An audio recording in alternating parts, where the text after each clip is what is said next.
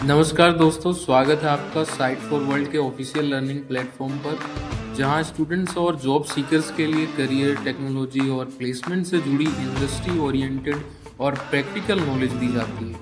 अगर आप अपनी स्किल्स को नेक्स्ट लेवल तक ले जाना चाहते हैं तो आप बिल्कुल सही जगह पर आए हो। चलिए शुरू करते हैं आज का इम्पोर्टेंट सेशन। याद है आखिरी बार कब आप किसी ऐप पर चिढ़ गए थे?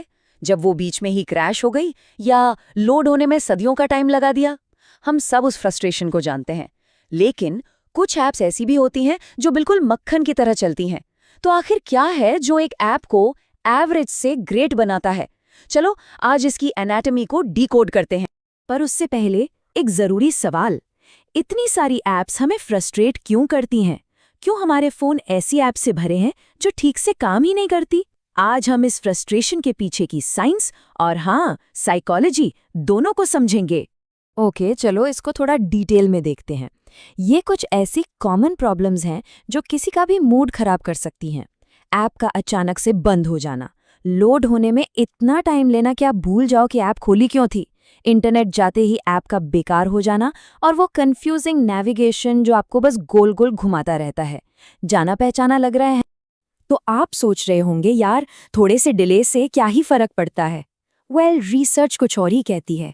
गूगल के लिए सिर्फ 400 मिली सेकेंड का डिले, मतलब पलक झपकने से भी तेज, सर्चेज में 0.59% की कमी ले आया। इतना छोटा सा डिले और इतना बड़ा और सुनो, यही नहीं, Amazon के लिए सिर्फ 100 मिलीसेकंड की लेटेंसी यानी डिले उनकी रेवेन्यू में 1% का ड्रॉप ला सकती है। अब ये 1% सुनने में छोटा लगता है, पर Amazon के लिए ये लाखों करोड़ों का नुकसान है। तो बात साफ है, परफॉर्मेंस में जरा सी भी कमी बिजनेस पर भारी पड़ सकती है। तो ये सिर्फ नंबर्स की बात नहीं है, ये एक चेन रिएक्शन है। ऐप स्लो होती है, यूजर फ्रस्ट्रेट होता है, और एक फ्रस्ट्रेटेड यूजर मतलब एक लॉस्ट कस्टमर।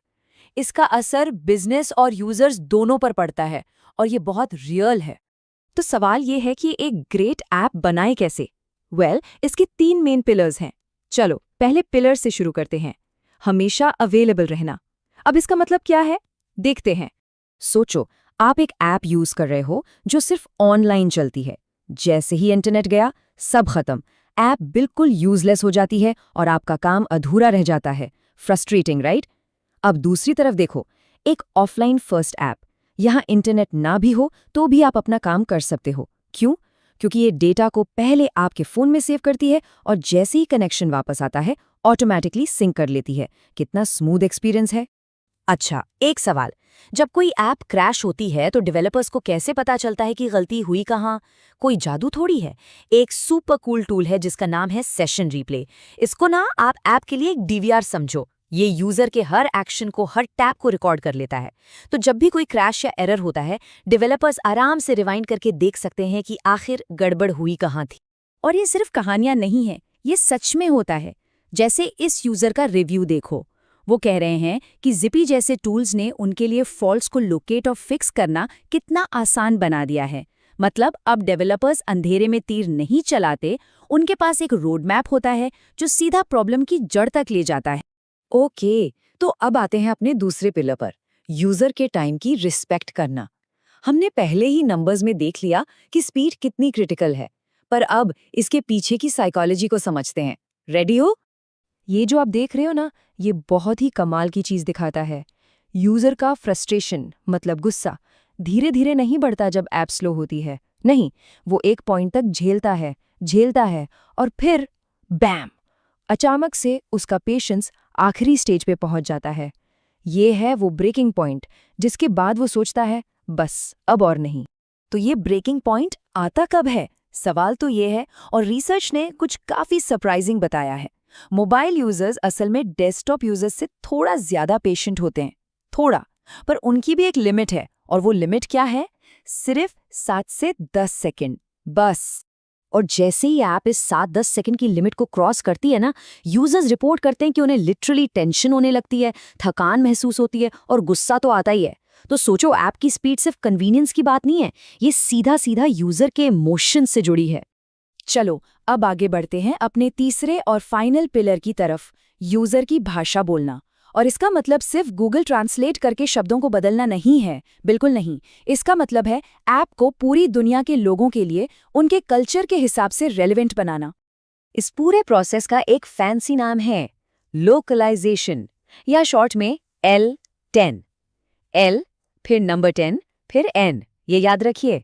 और जैसा मैंने कहा, ये सिर्फ ट्रांसलेशन नहीं है, इसमें ऐप का पूरा यूजर इंटरफेस, उसकी फंक्शनैलिटी, सब कुछ एक पर्टिकुलर मार्केट की ज़रूरतों के हिसाब से बदला जाता है, उनके लैंग्वेज, कल्चर, सब कुछ के हिसाब से।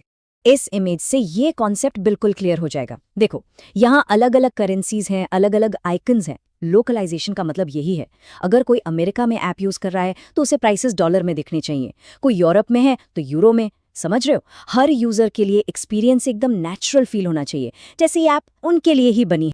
अब इसको करने के लिए कुछ बेस्ट प्रैक्टिसेस हैं जो हर डेवलपर को पता होनी चाहिए। जैसे टेक्स्ट के लिए थोड़ी एक्स्ट्रा जगह छोड़ना। क्यों? क्योंकि इंग्लिश का एक छोटा सा शब्द जर्मन में काफ़ी लंबा हो सकता है, या फिर अरेबिक जैसी राइट टू लेफ्ट लैंग्वेजेस को सपोर्ट करना। अगर ये नहीं किया तो पूरा लेआउट ही खराब हो जाता है। और सबसे ज़रूरी, करेंसी, टाइम, डेट जैसी चीज़ों को कभी भी हार्डकोड मत करो। तो चलो, अब सब कुछ एक साथ लाते हैं। हमारे 3 पिलर्स, अवेलेबल रहना, फास्ट होना और सबके लिए होना, यानी इंक्लूसिव होना, इनको मिलाकर एक बेहतर ऐप बनाने का फाइनल फॉर्मूला देखते हैं। तो आज हमने क्या सीखा? एक ग्रेट ऐप के 3 मूल मंत्र। नंबर 1, बी अवेलेबल, मतलब ऐप को ऑफलाइन फर्स्ट फंक्शनैलिटी के साथ डिज़ाइन करो, ठीक है।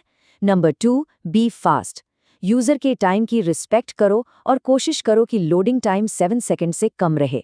और नंबर 3, बी इंक्लूसिव, ऐप को लोकलाइज करो ताकि पूरी दुनिया के लोग उसे अपना समझकर यूज़ कर।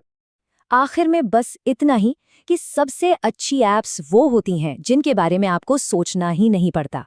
वो इतनी सीमलेसली, इतनी आसानी से आपकी लाइफ का हिस्सा बन जाती हैं कि उन्हें यूज़ करना सांस लेने जैसा नेचुरल लगता है। कोई एफर्ट नहीं, कोई टास्क नहीं। तो अब आपके लिए एक छोटा सा होमवर्क। अगली बार जब आप अपनी फेवरेट ऐप कोई भी हो उसे खोलो तो इन चीज़ों पर गौर करना। उसकी स्पीड, उसका डिज़ाइन, क्या वो ऑफलाइन चलती है? देखना, शायद आपको वो इनविजिबल मैजिक दिख जाए जो हमारे चैनल को सब्सक्राइब कीजिए और वीडियो को अपने दोस्तों के साथ शेयर जरूर कीजिए। कमेंट सेक्शन में अपना डाउट या नेक्स्ट टॉपिक लिखना मत भूलिएगा।